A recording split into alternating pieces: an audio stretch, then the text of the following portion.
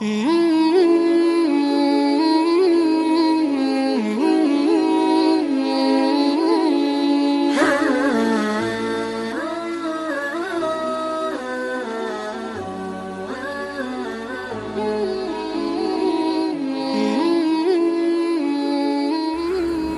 علیکم ورحمۃ اللہ وبرکاتہ۔ نحمدہ ونصلی ونسلم علی رسولہ الکریم، اما بعد۔ لوگ وطر کے متعلق پوچھتے ہیں کہ وطر کون سی نماز ہے، فرض نماز ہے، نفل سنت، اور وطر کی کتنی رکعات ہیں، نبی صلی اللہ علیہ وسلم کتنی وطر پڑھتے تھے اور اس کے پڑھنے کا طریقہ کار کیا ہے۔ تو آج ہم بات کریں گے کہ وطر کی ادائیگی کا طریقہ کیا ہے، اس کی رکعات کتنی ہیں اور اس کی حیثیت کیا ہے، فرض ہے، واجب ہے، سنت ہے، مستحب ہے۔ سب سے پہلی بات، وطر سنت نماز ہے، وطر فرض یا واجب نہیں ہے۔ رسول اللہ صلی اللہ علیہ وسلم سفر حضر میں وطر کا اہتمام کیا کرتے تھے۔ رسول اللہ صلی اللہ علیہ وسلم کا یہ اہتمام بتاتا ہے کہ آپ صلی اللہ علیہ وسلم کو یہ نماز بہت عزیز تھی، لیکن یہ وجوب تک نہیں پہنچتی، واجب ہونے پر کوئی دلیل نہیں ہے، بلکہ اس کے خلاف واضح الفاظ میں یہ موجود ہے کہ وطر واجب نہیں ہے۔ رسول اللہ صلی اللہ علیہ وسلم فرض نماز سواری سے اتر کر پڑھتے تھے اور نفل نماز سواری پر پڑھ لیا کرتے تھے، اور وطر کی نماز رسول اللہ صلی اللہ علیہ وسلم سواری پر ہی ادا کر لیا کرتے تھے، جس کا یہ مطلب ہوا کہ وطر کی نماز فرض نہیں ہے بلکہ نفل کی ایک قسم ہے۔ اس پر اور بھی بہت سارے دلائل ہیں، ہم تفصیل میں نہیں جاتے، صرف اسی پر اکتفا کرتے ہیں۔ وطر ادا کرنے کا طریقہ کیا ہے اور اس کی تعداد کتنی ہے؟ مختلف تعداد حدیث سے ثابت ہے۔ ایک وطر بھی آپ صلی اللہ علیہ وسلم پڑھا کرتے تھے، 3 بھی پڑھا کرتے تھے، 5 بھی پڑھا کرتے تھے، 7 بھی پڑھا کرتے تھے، اور 9 وطر بھی رسول اللہ صلی اللہ علیہ وسلم سے ثابت ہے مختلف احادیث کے اندر۔ بعض لوگ ایک وطر کا انکار کرتے ہیں، حالانکہ بہت ساری احادیث کے اندر ایک وطر کا ذکر آیا ہے، اور نبی صلی اللہ علیہ وسلم کے متعلق صحیح مسلم میں، ابو داؤد میں، دوسری کتابوں میں کہ آپ صلی اللہ علیہ وسلم ایک وطر ادا کرتے تھے۔ وطر کے ادا کرنے کا طریقہ کیا ہے؟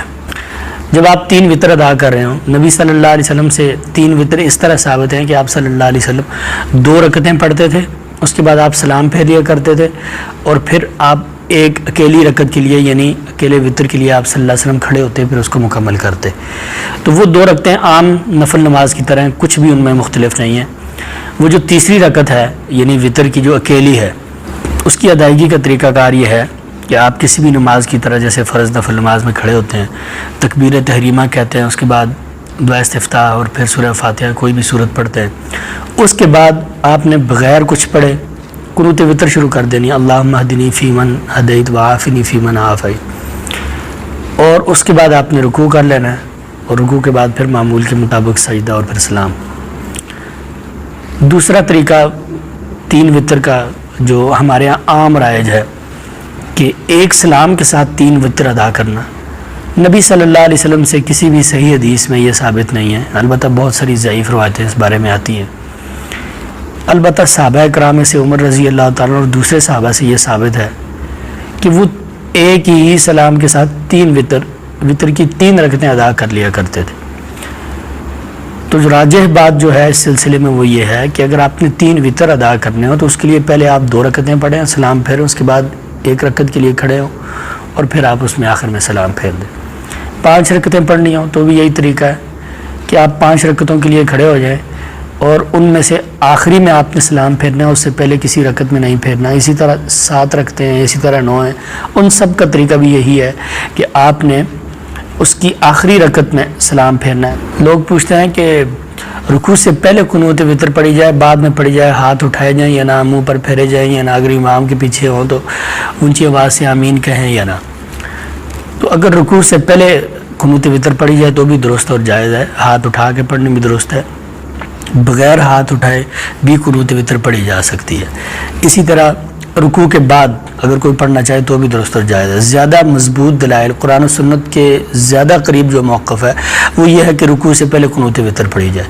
البتہ یہ بات یاد رہے کہ رکوع کے بعد قنوت وطر پڑھنا بالکل درست اور جائز ہے، اور یہ نبی صلی اللہ علیہ وسلم اور صحابہ کرام سے ثابت ہے کہ آپ صلی اللہ علیہ وسلم فرض نماز میں رکوع کے بعد قنوت کرتے تھے ہاتھ اٹھا کر. صحابہ کرام نے بھی فرض نمازوں میں ہاتھ اٹھا کر دعائیں کی ہیں. تو جب فرض نماز کے اندر ایک چیز ثابت ہے تو وہ نفل اور سنت میں تو بالاولیٰ کرنا درست اور جائز ہے. تو اس طرح اگر کوئی رکوع سے پہلے کرتا ہے تو وہ احوط ہے، زیادہ افضل ہے، بہتر ہے. اور اگر کوئی بات کرتا ہے تو روکا ٹوکا اس کو نہیں جا سکتا، بلکہ وہ درست اور جائز عمل کر رہا ہے. اسی طرح ہاتھ اٹھانا، ہاتھ اٹھا کر کرنا، یہ بھی نبی صلی اللہ علیہ وسلم سے ثابت ہے، اس پر کوئی قطعاً نہیں ہے. حتیٰ کہ بعض اہل علم سے تو یہ بھی ثابت ہے کہ وہ تکبیر کہتے تھے اور رفع الیدین کرتے تھے. ہاتھ چہرے پہ پھیرنے کے متعلق بہت ساری احادیث ہیں، لیکن سب کی سب ضعیف ہیں. تو خلاصہ یہی ہے کہ اگر کوئی شخص اپنے چہرے پہ ہاتھ پھیر لیتا ہے تو درست ہے، اس میں کوئی حرج نہیں ہے. اسی طرح اگر کوئی امام کے پیچھے آمین کہہ دیتا ہے تو بھی درست اور جائز ہے، اس میں کوئی قباحت نہیں ہے. اسی طرح بعض لوگ پوچھتے ہیں کہ وطر کی کوئی علادہ سے نیت، کوئی علادہ سے نیت نہیں ہے. جیسے آپ کسی بھی نماز کے لیے آتے ہیں، آپ کے دل میں بات ہوتی ہے میں فرض رکعتیں پڑھوں گا، اتنی پڑھوں گا، ظہر کی ہیں، عصر کی ہیں، عشاء کی ہیں، مغرب کی ہیں، جون سی بھی ہے. بندے کے ذہن میں ہوتا ہے کہ میں وطر ادا کر رہا ہوں، اس کی اتنی رکعتیں ادا کر رہا ہوں، تو بندہ ادا کرے.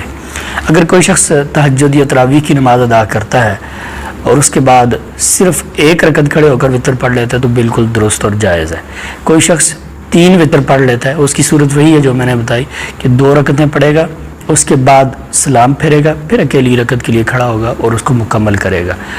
نبی صلی اللہ علیہ وسلم سے ایسے ثابت ہے. البتہ صحابہ سے یہ ثابت ہے کہ وہ 3 رکعتیں ایک ہی سلام کے ساتھ پڑھ لیا کرتے تھے. اسی طرح پھر 5 رکعتوں کا مسئلہ ہے اور 7 کا اور 9 کا، یہ سب نبی صلی اللہ علیہ وسلم سے ثابت ہیں. وطر پڑھنے کا بہترین وقت رات کا آخری پہر ہے، پچھلا پہر ہے، سحری کا وقت ہے. کئی ایک احادیث اس پر دلالت کرتی ہیں. نبی صلی اللہ علیہ وسلم کا فرمان ہے کہ وطر رات کے آخری حصے میں، یعنی آخری پہر میں سحری کے وقت پڑھو. تو اگر کوئی عشاء کے فوراً بعد پڑھتا ہے تو جائز ہے اور درست ہے. اگر کوئی آخری رات تک، رات کے آخری حصے تک کوئی اگر اس کو مؤخر کرتا ہے، یہ افضل اور بہتر ہے. ایک شخص کا معمول ہے مثال کے طور پر وہ عشاء کی نماز کے بعد 2-4 رکعتیں پڑھتا ہے جو اس کو میسر ہوتی ہیں، پھر وطر پڑھ کے وہ سو جاتا ہے. اس کا معمول یہ ہے کہ وہ اٹھ نہیں پاتا تہجد کے لیے، تو اس کے لیے درست اور جائز ہے. اگر ایک شخص کا معمول ہے وہ روزانہ اٹھتا ہے تہجد کے لیے، اس کو پتہ ہے کہ رات کے آخری پہر میں نے اٹھ کے تہجد ادا کرنی ہے، تو وہ اپنے وطر کو چھوڑ دے، جو 1-2-4 رکعتیں اس نے ادا کرنی ہیں وہ عشاء کے بعد کرے اور اس کے بعد سو جائے. صبح کو اٹھ کر وہ وطر ادا کر لے، یا کچھ رکعتیں اگر اس نے تہجد تراویح کی پڑھنی ہے تو وہ پڑھے، اس کے بعد وہ وطر ادا کر لے.